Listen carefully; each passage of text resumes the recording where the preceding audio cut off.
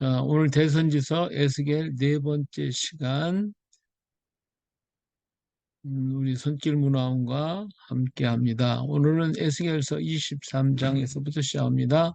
23장은 이제 두 음녀에 대한 얘기가 나와요. 이 두 음녀, 한 어머니의 딸이라고 나타나죠. 이래서 사제도 보니까 한 어머니의 딸 오홀라와 오홀리바가 있었다고 그랬어요.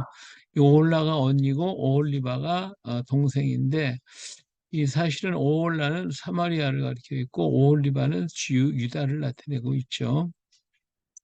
근데 이 오홀라가 잘못하고 죄를 범했고 음행을 범했는데도 불구하고 그래서 망했는데, 그걸 갖다가 오홀리바가 그대로 본받아 가지고 더 악을 행하고 더 음행을 저질렀다 하는 거예요. 그래서 하나님께서 오홀리바를 판단하실 것임에 대해서 말씀하고 있습니다. 자, 이들로 말미암아 성소는 더럽혀졌다고 그래서요. 36절 가서 보면, 여호와께서 또 내게 이르시되 인자야, 내가 오홀라와 오홀리바를 심판하려느냐? 그러면 그 가증한 일을 그들에게 말하라 그랬어요. 가증하게 행했다 그랬어요. 음, 이들이 얼마나 악을 행했냐면, 여기서 음행했다고 하는 것은 이제 우상을 숭배했다는 것인데, 그들이 이 35절, 38절 가서 보면, 그들이 내게 행한 것이 있나니 당일에 내 성소를 더럽히며 내 안식을 범하였다. 그래서 성소를 더럽히고 또 안식을 범했다. 그뿐만 아니라 그들의 자녀를 죽여 그 우상에게 드린 그날에 내 성소에 들어와서 더럽혔으되 그들이 내 성전 가운데서 그렇게 행하였다 그랬어요. 자녀를 갖다가 이렇게 우상에다 바치고, 그리고 그날 또 성전에 와가지고 예배한다고 그러고 이런 악을 행했어요. 그래서 내 성소를 더럽혔다 그랬어요. 더럽혔다. 하나님의 성전을 더럽혔다라고 말씀하고 있죠. 에, 또 그뿐만 아니라 이들이 에, 이렇게 했을 뿐만 아니라 다른 것들에 또 따라가는 모습을 볼 수가 있는데, 40일 그 무리와 편히 질거리면서 즐거웠으며 또 광야에서 잡류와 술 취한 사람을 청하여 오매 그들이 팔찌를 그 손목에 끼우고 아름다운 관을 그 머리에 씌웠도다. 예, 그렇죠. 이런 그 악을 행하되 내가 돈을 줘가면서 이렇게 악을 행했다. 다른 나라의 우상을 갖다가 섬겼다라고 하는 것을 말씀해 주고 있어요. 하나님께서 이들에게 이제 이러한 하나님이 심판을 하시게 되는데, 이렇게 하신 이유가 뭐냐면, 하나님께서, 어, 그 이유에 대해서 47절에 가서 보니, 무리가 그들을 돌로 치며 칼로 죽이고 그 자녀도 죽이며 그 집들을 불살르리라. 이같이 내가 이 땅에서 음란을 그치게 한즉 모든 여인이 정신이 깨어 너희 음행을 본받지 아니하리라. 그들이 너희 음란으로 너희에게 보응한즉 너희가 모든 우상을 위하여 죄를 담당할지라. 내가 주 여호와인 줄 너희가 알리라. 예, 하나님께서 이들을 갖다가 깨우치기 위해서 징계하셨고 심판하시겠다고 말씀하고 있습니다. 자, 오홀라는 사마리아, 오홀리바는 예루살렘. 오홀리바가 형의 죄를 보면서도 깨닫지 못하고 더 악을 행했어요.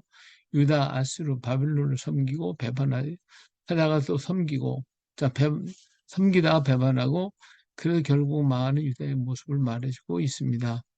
자, 오홀라와 오홀리바라는 말은 희망을 뜻하는 히브리어 오홀리가 있는데, 하나님의 언약과의 관계에 있었던 것을 암시하는 이름이 바로 오홀라, 오홀리바예요. 그래서 하나님의 예, 회막이죠. 희망이 아니라 회막. 하나님과의 언약의 관계를 깨뜨려 버리고 다른 신들을 따라가는 그들의 모습을 비유로 해서 말씀한 것이 이 음행한 두 여인에 대한 말씀입니다. 자, 24장으로 넘어가면 녹슨 가마에 대한 얘기가 나와요. 녹슨 가마의 비유. 자, 오늘을 기억하라. 이런 얘기를 여기 하고 있는데, 아홉째 해 열째 달 열째 날에 여호와의 말씀 내게 임하시되 인자야 너는 날짜 곧 오늘의 이름을 기록하라. 바벨론 왕이 오늘 예루살렘에 가까이 왔느니라. 그랬죠? 바로 이 에스겔이 잡혀온 지 9년 10월 10일 날은 느부갓네살 왕이 예루살렘을 포위한 날이에요. 포위했어요.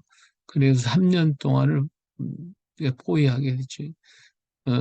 포위하게 되죠. 그래서 이 날을 꼭 기억해라. 포위가 시작된 날이 바로 시드기야 왕 9년 10월 10일입니다. 느부갓네살 왕이 예루살렘 포위한 날이죠. 그래서 에스겔은 사실을 모르지만 하나님은 이 날을 기억하라고 말씀해 주고 있습니다. 예, 가마솥에 있는 이 양고기를 이제 삶으라고 얘기를 하고 있는데, 여기 보니까 이 3절에 너는 이 반역한 족속의 비유를 베풀어 이르길 주의 여호와께서 같이 말씀하시길 가마 하나를 걸라. 이 가마를 하나 걸고요.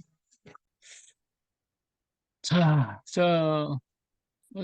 가마에 이제 양고기를 삶으라고 그래요. 이제 녹슨 가마를 얘기하고 있는데 이 가마가 어떤 가마냐면 녹이 잔뜩 난 가마예요. 근데 그 가마를 갖다가 이제 깨끗이 닦아가지고 거기다가 해야 되는데 그냥 하나님께서 그냥 양을 삶으라고 얘기를 하셔요. 그래서 사절을 본 가마를 하늘 걸고 건 후에 물을 붓고 양떼에서 한 마리를 골라 각을 뜨고 그 넓적다리와 어깨 고기의 모든 좋은 덩이를 그 가운데 모아 넣으며 고기뼈를 가득히 담고 그 뼈를 취하여 위하여 가마 밑에 나무를 쌓아 놓고 불을 때라고 그랬죠. 삶으라 했어요. 무르도록 뼈가 무르도록 삶으라 그랬어요. 자, 이 얘기는 가마는 사실은 예루살렘을 얘기한 것이고 그 고기는 이스라엘 그 유대 백성들을 얘기하고 있는 것인데 이렇게 삶는다고 하는 거 좋은 고기는 하나님께 드리기 위해서 이렇게 정하고 나쁜 고기는 밖에다가 다 버린단 말이에요. 근데 여기서 가마솥에 있는 양고기는 이게 좋은 고기란 말이에요. 그러니까 하나님께 드려지는 나라는 의미를 가지고 있는데 이 고기를 갖다가 녹슨가마에다 삶으라고 그랬어요. 이게 왜 그러냐? 거기에 대한 얘기가 여기 6절에 나와 있어요. 그러므로 주 여호와께서 말씀하시느냐 피를 흘린 성읍 녹슨 가마 곧 그 속에 녹이 없이 하지 아니한 가마여 화가 있을진저 제비 뽑을 것도 없이 그 덩이를 하나하나 꺼낼지어다. 여기서 녹슨 가마는 바로 피 흘린 성읍인 예루살렘을 얘기해 주고 있어요. 예루살렘이 이렇게 녹이 슬었다 말이죠. 그래서 하나님이 기뻐 받으셔야 할 재물을 이 녹에다가 했으니까 어디 뭐 삶을 수가 없잖아요. 이 바르게 하나님께 드릴 수가 없어요. 그래서 이 거기 보면 뽑을 것도 없이 그 덩이를 하나하나 꺼낼지어다. 그랬어요. 그 피가 그 가운데 있으면 피를 땅에 쏟아 티끌이 덮이게 하지 않고 맨 바위 위에 두었도다. 내가 그 피를 맨 바위 위에 두고 덮이지 아니하게 하면 분노를 나타내 보응하리 함이로다. 이제 이게 고기를 잡으면 피를 갖다가 땅에다가 쏟아 덮어놓는 건데 바위 위에다가 이렇게 잡았으니까 바위에 피가 흥건하게 묻어 있잖아요. 이것이 뭐냐면 백성들의 피를 흘리게 된 모습을 말해주고 있어요. 이렇게 유다 백성들이 이 악을 자행해가지고 피를 흘렸다라고 하는 것이죠. 그러기 때문에 하나님께서 뭐라고 하시냐면 9절에 보면 피를 흘린 성읍이여 내가 또 나무 무더기를 크게 하리라. 그러니까 이제 좋은 고기를 삶는데 어, 이게 녹슨 가마란 말이에요. 근데 거기다 놔두면 안 돼. 그러니까 빨리 건져내. 그래서 하나님이 건질 자는 건져내고 그렇지 못한 거는 내버려 두는 거예요. 그래서 그 안에 있는 것들을 갖다가 불을 높여가지고 계속 태우는데 이렇게 하는 이유는 바로 예루살렘 성 안에 있는 사람들이 죄를 범해서 힘없고 약한 사람의 피를 많이 흘렸다. 그걸 착취하고 탈취하고 그런 못된 짓을 했다 그거죠. 그래서 하나님께서 이들을 갖다가 태워버리시겠다고 하는 말씀을 지금 하고 있는 거예요. 피를 많이 흘렸다. 그래서요. 그래서 10절에 보면 나무를 많이 쌓고 불을 피워 그 고기를 삶아 녹이고 국물을 졸이고 그 뼈를 태우고 가마가 빈 후에는 숯불 위에 놓아 뜨겁게 하며 그 가마에 놋을 달궈서 그 속에 더러운 것을 녹게 하며 녹이 소멸되게 하라. 그러니까 그 안에 있는 고기들은 좋은 고기는 빨리 빼버리고 그리고 그냥 계속 삶으라는 게 계속. 그래가지고 이 고기가 다 탈 때가 다 타가지고 없어질 때까지 계속 삶으라는 게. 그 다음에 더 또 삶는 어떻게 가마에 있는 녹이 달궈질 때까지 또 삶으라는 게 11절부터 14절 이렇게 막 다 삶으라고 하는 거예요. 그 이유가 뭐냐? 그 이유가 바로 이 성이 망했기 때문에 나쁘기 때문에 하나님께서 그 성을 갖다가 전부 다 이렇게 멸하시겠다고 하는 거예요. 자, 이처럼 예루살렘 성읍이 아주 악을 많이 했다는 거예요. 그래서 하나님께서 바빌론 군사, 이 나라를 지어가지고 바빌론 군사가 지금 예루살렘 포위하고 있거든요. 이 포위한 예루살렘이 뭐와 같으냐면 가마솥과 같다는 거예요. 이 가마솥과 같고 그 안에 있는 못된 것들 하는 것들 다 태워버리겠다. 다 태워. 그러니까 포위대가 그 안에서 다 죽잖아요. 근데 거기서 살 사람은 도망가라고 다 도망가고 그렇지 않은 사람은 거기에 그냥 있는 거죠.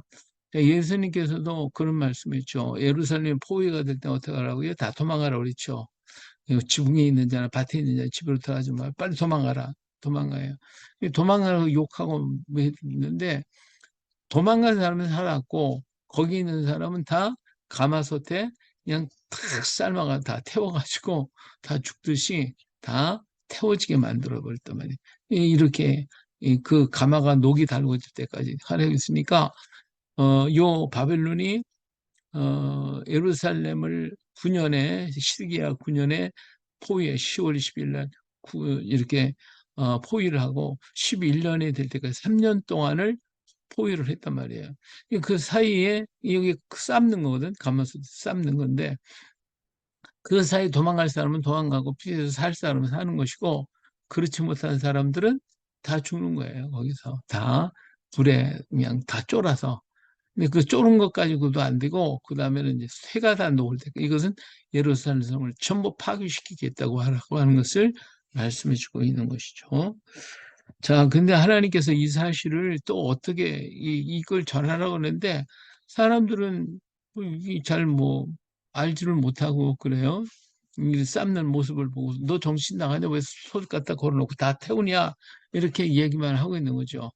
자, 그런데 하나님께서 에스겔에게 뭐라 네가 좋아하는 거 네가 사랑하는 자를 내가 빼앗겠다 이런 얘기를 하죠. 16절에 이제 내가 네 눈에 기뻐하는 것을 한번 쳐서 빼앗으니 널 슬퍼하거나 울거나 눈물을 흘리거나 하지 말라 이런 얘기를 해요. 그게 뭔지는 모르는데 자원 이것도 가서 전해야지 가서 전했는데 가서 전하고 저녁에 보니까 뭐라 그랬어요? 저녁에 보니까 아내가 죽었어요. 아내가. 그러니까 기가 막힌 거죠. 에스겔을 생각해 보면 너무너무 기가 막힌 것이죠. 근데 가서 뭐 그냥 눈물을 흘리지도 말고 울지도 말라고 얘기하셨으니까 이렇게 저렇게도 못하고 이제 백성들은 또 저주받아서 그렇다고 또 그냥 그럴 거 아니에요. 근데 에스겔이가 내가 좋아하는 것을 하나님이 뺏어간 것처럼 하나님이 좋아한 것들을 다 빼앗아 버릴 것이다. 유다가 예루살렘이 망하게 된다. 망하게 된다. 이런 것들을 이런 것을 통해서 직접 가르쳐 줬으니까 정말 에스겔이 마음이 얼마나 아프겠어요. 녹슨 가마는 예루살렘이고 그 죄로 포위가 되어 소단의 고기를 삶듯 삶아줄 것이고 그들의 포악과 음행의 죄로 인합니다. 마침내 솥이 불에 달궈지듯 예루살렘이 망할 것이다 라고 하는 말을 24장에서 말씀해주고 그날 예루살렘이 포위가 된대 이 날을 꼭 기억해라 이렇게 말씀해주고 있습니다. 예, 그러니까 하나님은 이렇게 비유 어떤 것들을 보여줘가면서 아니 보라 그냥 봐라 보고 좀 깨달으라고 이제 봐도 근데 봐도 못 깨닫지 못하고 들어도 깨닫지 못하는 게 우리 인생인데 예수님 하나님께서는 직접 이렇게 선지자를 통해 얘기했고 거기에 선지자는 그 사이에 껴가지고 정말 희생자가 되어버렸잖아요. 예. 좀 안타까운 일이지만 하나님의 일이 더 크기 때문에 이 엄청난 일이기 때문에 하나님께서 그렇게 하시지 않았나 예, 볼 수가 있어요. 자, 그다음 25장에서 32장까지는 이제 지금까지 예루살렘에 대한 이야기, 그다음에 이제 32장까지는 인접 국가에 대한 예언을 하고 있습니다. 25장이 주변 날에 대한 예언인데 1절부터 7절 암몬, 그 다음에 8절에서 15절 모압, 12절 14일 에돔, 15절 17절 블레셋 사람들에 대해서 말씀해 주고 있는데 이들을 하나님이 심판하실 것이라는 거죠. 이런 심판을 통해서 꼭 하시고자 하시는 일은 뭐냐면 내가 여호와인 줄을 알게 하겠다. 하나님이심을 그들 만천하에 다 알게 만들어 주겠다고 그렇게 말씀하고 계시는 것입니다. 자, 26장으로 넘어가죠. 26장. 26장에는 두로에 대한 얘기예요. 두로. 예, 두로 지방은 팔레스틴 북방 지중해 연안의 섬으로 이루어진 난공불락의 해양 국가예요. 조그만 섬이죠. 조그만 섬. 솔로몬 때 히람 왕과 함께 에시온 개별의 동쪽으로 하는 무역항을 만들고 굉장히 많은 부를 가진 돈을 많이 벌었어요. 예, 서쪽으로는 지중해에서 저 영국까지 그 지역을 영국, 아프리카 지역 전부 다 했던 이 해상왕국이 바로 두로와 시돈인데 이 두로와 시돈이 무역을 통해 가지고 돈을 엄청나게 벌었어요. 그쪽 지역에 있는 것을 받아서 두로와 시돈이 이쪽 실크로드를 통해서 사람들이 오고 가는 그 길에 있는 물건을 받고 그들에게 그 물건을 팔고 그리고 또 그들이 가져온 것을 가지고 지중해 해상으로 해서 유럽 쪽에 가서 팔고 이렇게 해서 아시아권과 유럽권을 갖다 연결시켜 주는 사람들이 바로 이 두로 사람이에요. 이 페니키아 상인들이죠. 이 사람들이 엄청난 그 솔로몬 시대에 히람 왕이 우리 그 솔로몬하고 히람 왕하고 같이 이렇게 연합해서 국제 항구를 만들어내는데 그 당시에 그렇게 큰 무역을 하고 있었다라고 하는 것이죠. 솔로몬 왕도 이 두로 왕 히람하고 함께 그 동방에서 온 백기를 열어서 에시온 기별이라고 하는 것에 항구를 만들고 3년에 한 번씩 가지고 오는 물품들을 가지고 부자가 됐어요. 그들은 거기에서 향료를 가져왔고 또 금을 가져왔는데 이 우리나라까지 배가 갔다가 올라오면 1년 걸리거든요. 1년 가거든요. 또 못내 1년 걸리고 그래가지고 우리나라에서 많은 금을 가져가지 않았을까 생각해봐요. 솔로몬은 우리나라 금 가지고 부자가 됐어요. 자, 이렇게 굉장히 부귀와 영화가 크게 달았던 그런 나라가 두로와 시돈이고 그러다 보면 세계 각국에 있는 사람들을 많이 접촉하다 보니까 이 지식이 굉장히 많아요. 지식들이. 그래서 솔로몬도 역시 이들에게 성전 짓는 법을 이들을 통해서 성전을 짓게 만들었고 이런 기술과 지식이 그들에게 있었던 것을 볼 수가 있습니다. 자, 두루가 유다의 멸망을 기뻐하면 홍해로 가는 길이 열려 동방으로 가는 백길이 열리게 되고 이로써 많은 동방의 뿔을 가져올 수 있기 때문이다. 에, 자, 이게 무슨 말이냐면, 자, 이 북방에 지금 두로가 있어요. 근데 남방에 에시온 게벨이라고 하는 항구가 도시가 있어요. 근데 이걸 지나가려면 이스라엘 땅을 지나가야 돼요. 근데 이스라엘은 망했고, 망했는데, 이 유다라고 하는 나라가 딱 지키고 있으니까 그 길을 통과해야 되는, 통과할 수가 없는 거예요. 두로하고 시돈이 유다하고 가까울 때는 이게 괜찮았는데 그 사이에 이제 뭐 아수르 뭐 이렇게 전쟁이 국가에 뭐 많은 변란이 있다 보니까 이 그 유다도 이게 꽉 막아놓고 길을 막고 있었단 말이에요. 그러니까 두로가 이 에시온 개발 쪽에 가가지고 좀 무역을 해야 되는데 할 수가 없어요. 백기를 열리질 않는 거죠. 그런데 유다가 망하니까 어때요? 망하니까 이제는 자기들이 마음대로 그 땅을 지나갈 수가 있게 됐으니까 두로와 시돈 사람들이 막 유다가 망한 것을 기뻐했단 말이에요. 이제 백길이 열렸다. 예. 그래서 이제 동방의 뿔을 가져올 수가 있다. 이렇게 생각을 한 거예요. 그러니까 하나님께서 이러한 두로를 하나님이 싫어하셨죠. 자, 그때가 여기 두로에 대한 예언을 할 때가 언제냐면 자, 26장 1절에 열한째 해 어느 달 초하루. 그렇죠? 자, 11년 5월 1일. 그러니까 11년이 뭐 할 때죠? 예루살렘이 망한 날이에요. 망할 때. 그때 정복되던 해예요. 그러니까 이걸 망하는 것을 두루 사람들은 보고 아, 박수를 치면서 잘 됐다고 이랬단 말이에요. 예. 자, 2절에 인자의 두루가 예루살렘에 관하여 이르기를 아하 만민의 문이 깨져서 내게로 돌아왔도다. 그러니까 유대인 나라가 망해가지고 이제는 내가 이제 그 땅을 마음대로 갈 수 있게 됐구나. 이게 내 것이 됐다. 그가 황폐하였으니 나는 내가 충만함을 얻어. 그 유대가 망했고 망해서 황폐하게 됐으니까 그 덕분에 나는 충만함을 얻게 됐다. 이렇게 아주 기뻐했단 말이에요. 그래서 예루살렘을 지나요 동방의 백기를 열 수 있어서 만민의 그 문이 됐죠. 이 유대가 망하니까. 그러니까 하나님께서 이 두로를 갖다가 어떻게 하겠다 그러냐면 파도가 밀려 모든 것을 앗아가듯이 두로도 역시 하나님께서 다 쓸어버릴 것이다. 이렇게 얘기해요. 그래서 두로가 맨밥이 어부가 어, 맨바위가 되고 어부가 그물 치는 곳이 된다. 맨바위 그물이 말리는 곳이 되는 거 다시 건축되지 못할 것이다. 그랬어요. 자, 두루는 이제 무역을 하고 고기를 잡고 그래서 무역을 해서 부자가 된 나라인데 그런데 이제는 두루를 망하게 되니까 그런 어선과 무역하는 배들이 다 없어질 거예요. 망해버리니까.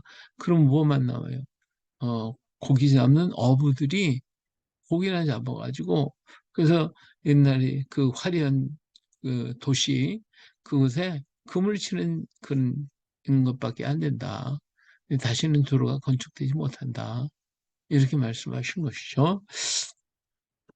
근데 두로는 그렇게 오랜 동안 솔로몬 때로부터 예루살렘이 망할 때까지 그 모든 그 이전부터 이렇게 풍성한 나라였는데 그런 아주 강력한 나라요.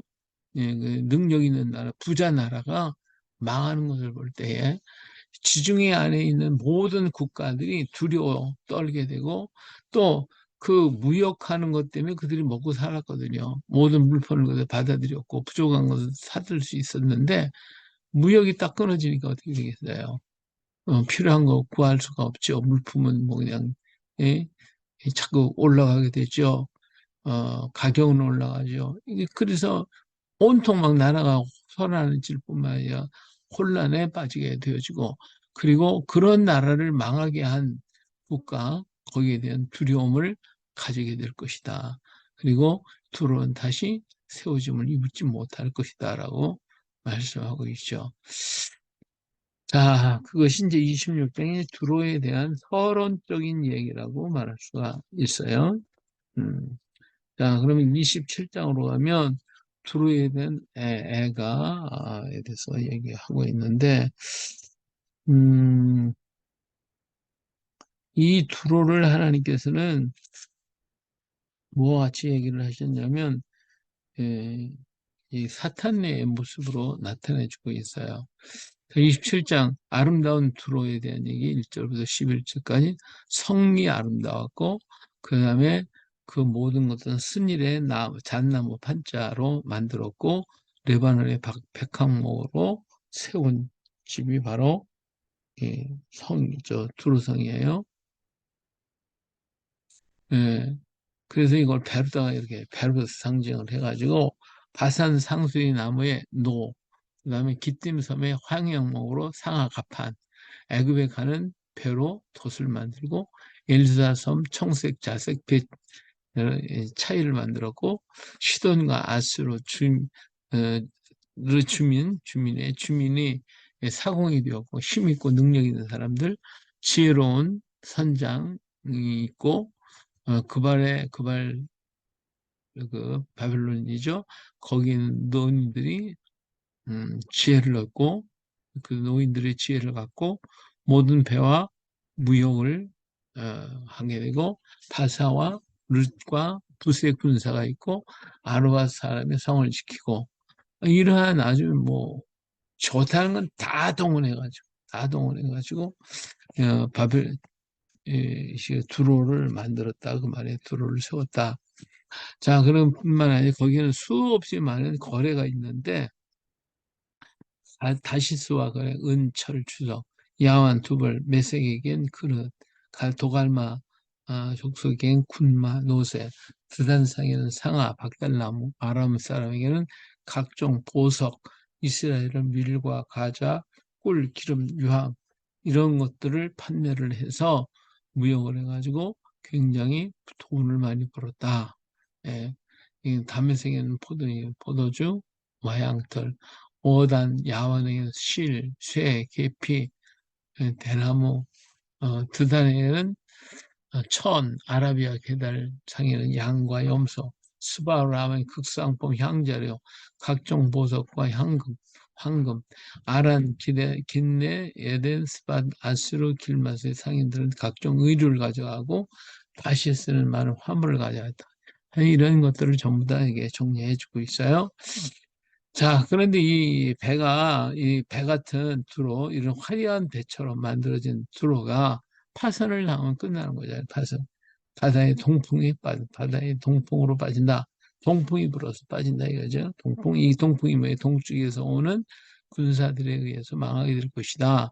이런 얘기가 되겠죠. 어, 메대와 바사도 역시 이 두로를 쳤고요. 나중에 헬라의 알렉산더도 쳤고 어, 로마가 공격도 하고 여러 가지로 좀 공격을 많이 당했는데 나중에 이제 두로가 완전히 망하게 되었는데 동방에 있는 군사들로 인해서 망할 것을 말씀해요. 그래서 모두가 다 통곡을 하고 무역은 끊어지고 고통스러움을 당하게 되고 이것이 바로 고통의 대상이 될 것임을 말씀해주고 있어요. 자, 이제 28장으로 가면 두로와 시돈에 대한 얘기가 나와요. 두로와 시돈. 역시 두로와 시돈 같은 무역하는 나라. 함께 걸어갔죠. 28장. 두로 왕의 받을 두로 왕, 받을 심판에 대해서.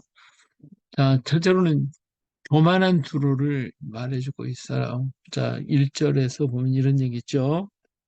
2절 인자야 너는 두로 왕에게 이르길 주 여호와께서 같이 말씀하시되 내 마음이 교만하여 말하기를 나는 신이라 내가 하나님의 자리 곧 바다 가운데 앉아 있다 하도다 내 마음이 하나님의 마음 같은 채 할지라도 너는 사람이요 신이 아니거늘 그랬어요.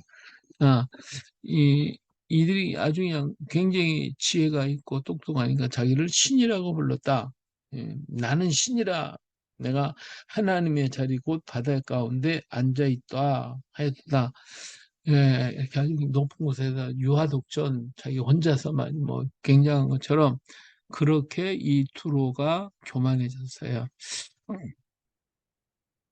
이게 하나님께서 어떻게 그들을 정말 너희가 강하냐 하나님이 그들을 징계하시는데 6절에 보면 그러므로 주 여호와께서 같이 말씀하셨느니라 네 마음이 하나님의 마음 같은 체하였으니 마음 내가 이만큼의 이 느부갓네살 왕이 바로 바벨론 궁전을 다 다니면서 하는 얘기가 있죠. 아, 내가 이렇게 했다. 내가 이렇게 아름다운 궁궐을 저거 내가 다스린다. 그런 순간 하나님 쳐가지고 정신 이상자가 돼버려서 들에서 짐승처럼 먹고 사는 그런 사람이 됐잖아요. 예, 예, 바로 이 두루가 그렇게 하고 있는 거예요. 그렇게. 이게 하나님께서 어떻게 했냐? 하나님께서 그들을 징벌하시겠다. 그죠? 자, 7절에 그런즉 내가 이방인 곧 여러 나라의 강포한 자를 거느리고 와서 너를 치리니 그들이 칼을 빼어 내 지혜의 아름다운 것을 치며 내 영화를 더럽히겠다. 하나님께서 하나하나 멸하실 것을 말씀해 주고 있어요. 명에 빠지고 바닷가 가운데서 죽은 자같이 될 것이다. 그런 얘기를 하고 계시죠. 그러면서 이제 11절로 가서 보면, 이 두로 왕에 대한 얘기를, 사탄에 관한 비교를 하고 있어요. 사탄에 관한 얘기로 비교하고 있어요.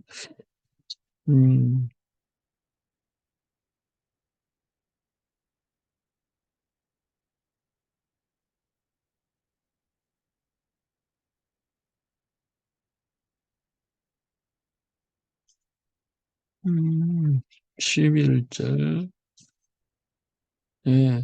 자, 28장 11절, 12절에 가서 보면 이렇게 했죠.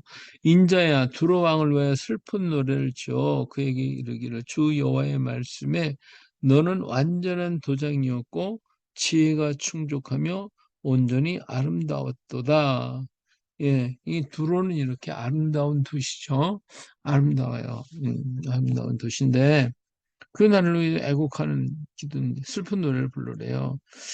그리고 이 두로는 너는 완전한 도장이었고 지혜가充足하며 온전히 아름다웠다. 이 두로 땅이 이렇게 아름답고 뭐 세상에 각종의 모든 게 다 몰려 있는 땅이고 무역업을 통해 가지고 돈을 많이 벌고 그래서 아름답죠. 아름다워 그런 아름다움이었는데 이와 마찬가지로 사탄을 여기 지금 지적하고 있어요. 사탄을 얘기하고 있는데 이 사탄이 바로 그런 형태로 나타났었다. 그런 모습이다. 그래서 내가 지음을 받던 날에 너를 위하여 소고와 비파가 준비되었도다. 너는 기름 부음을 받고 지키는 그들을 이미 내가 너를 세움에 내가 하나님의 성산에 있어서 불타는 돌들 사이에 왕래하였도다. 자, 기름 부음을 받은 그룹이었어요. 그런데 어때요? 내가 너를 세움에 내가 어, 하나님의 성전에 앉아서 어, 불타는 돌들 틈 사이를 이렇게 오고 가는 이러한 역사. 이게 아주 뭐 부족함이 없는 거예요. 이 사탄이 에덴 동산을 들락달락하면서 모든 것을 하듯이 이 사탄도 역시 그러한 능력과 그런 지혜가 있고 그런 힘이 있었다. 완전한 도장, 지혜가 충족하고 온전히 아름답고 각종 보석으로 단장했고 또 지음을 받던 날에 서구와 비파로 축하를 했고 그런 기름 부음을 받고 지키는 그룹, 에덴을 지키는 그런 그룹이었다. 천사라는 거죠. 이 많은 군사를 가지고 지키는 모습을 말해주고 있어요. 자, 이렇게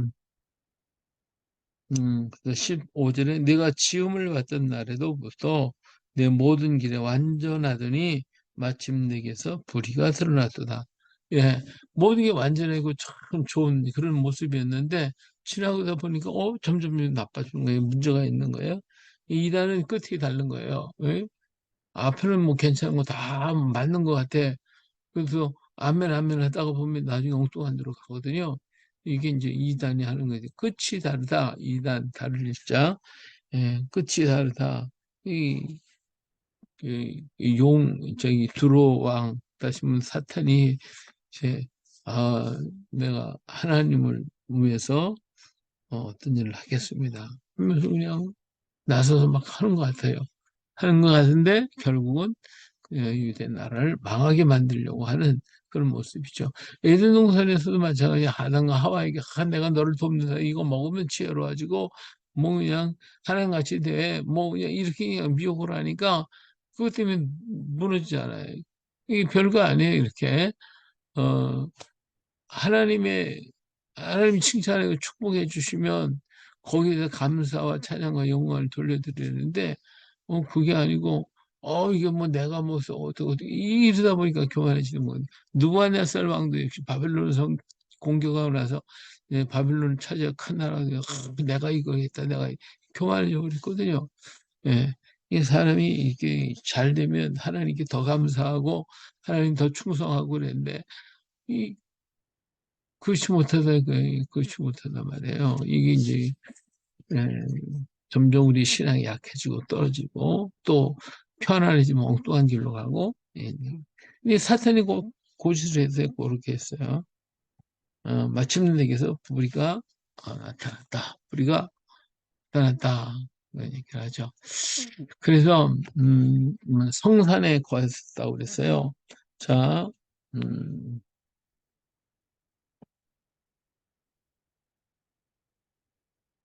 음, 에덴 성산은 에덴 동산을 가죠. 음,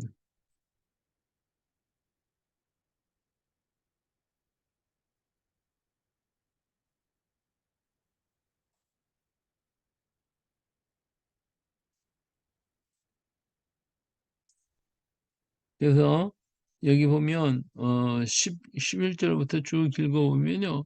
13절에 내가 옛적에 하나님의 동산 에덴에 있어서 저 각종 보석 곧 홍보성 황보석 금강석 황옥 홍만홍 이런 것으로 막 단장을 했어요. 단장을 하고 내가 지음받던 날에 너를 위하여 소고와 비파가 준비되었다.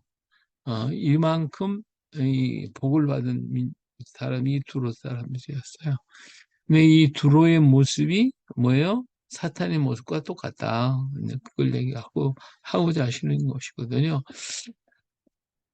그들이 교만해졌고 지혜가 더러워졌고 땅에 던짐이 되었다. 그래서 구경거리가 됐어요. 이 두로가 망해가지고 결국은 교만해서 그랬구나. 이렇게 된 거죠.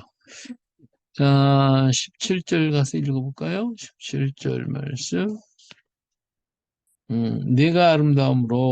내가 아름다움 마음이 어때요? 교만하였으며 내가 영화로움으로 네 지혜를 더럽혔으며 내가 너를 땅에 던져 왕들 앞에 두어 그들의 구경거리가 되게 하겠도다.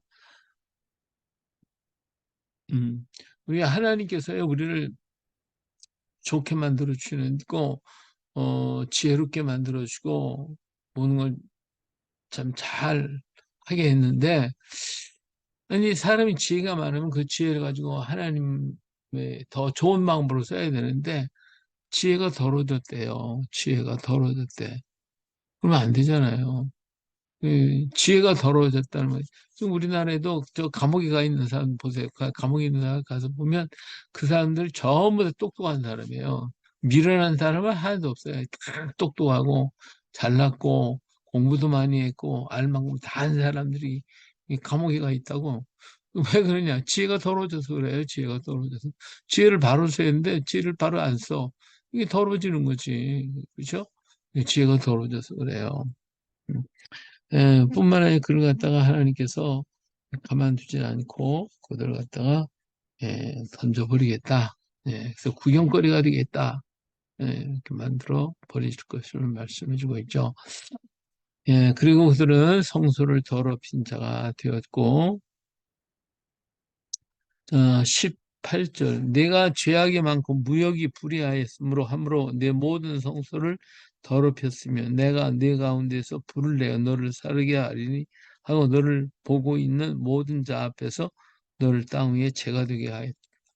하나님께서 그들을 완전히 재가 되도록 완전히 그냥 끝장을 내겠다. 그런 얘기를 하고 계셔요. 내가 죄악이 많고 무역이 불의함으로 죄가 많고 무역이 불의하되 예, 몇 배는 먹냐 장사를 남기는 거죠. 막 그냥 불이한 장사를 해요. 이렇게 해요. 오늘날 보면 막 돈을 위해서라면 뭐 우리 안에 뭐 하나도 없고 사람도 없고 이웃도 없더라고요. 이렇게 못된 짓들을 막 해. 그러니까 이 사람들이 교만해지니까 지혜도 더러워졌죠. 물질도 더러워졌죠. 이 모든 게 다 더러워지니까 하나님이 쓰레기는 나가도 버려야지, 뭐, 버려야지. 다 청소해야지. 예, 그래서 세상의 모든 사람들이 구경거리가 되겠다. 그죠?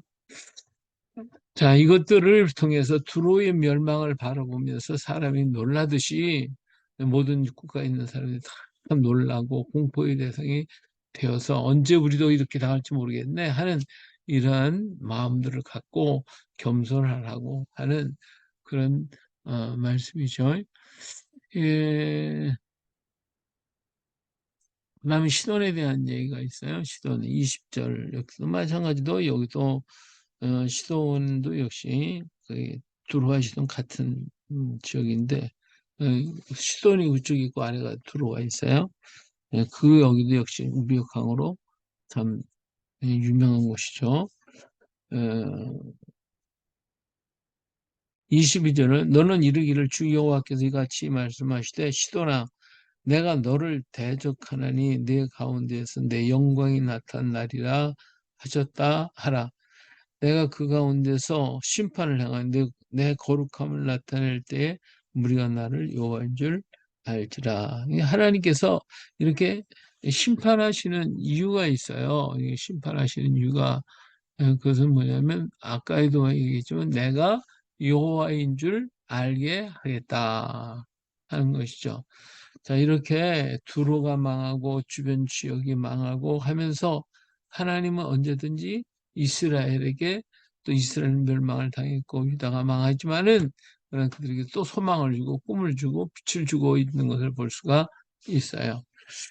자, 24절에 가서 보면 이스라엘 족속들에게 그 사방에서 그들을 멸시하는 각 중에 예, 멸시하는 자 중에 찌르는 가시와 아프게 하는 가시가 다시는 없으리니 내가 주 여호와인 줄 그들이 알리라.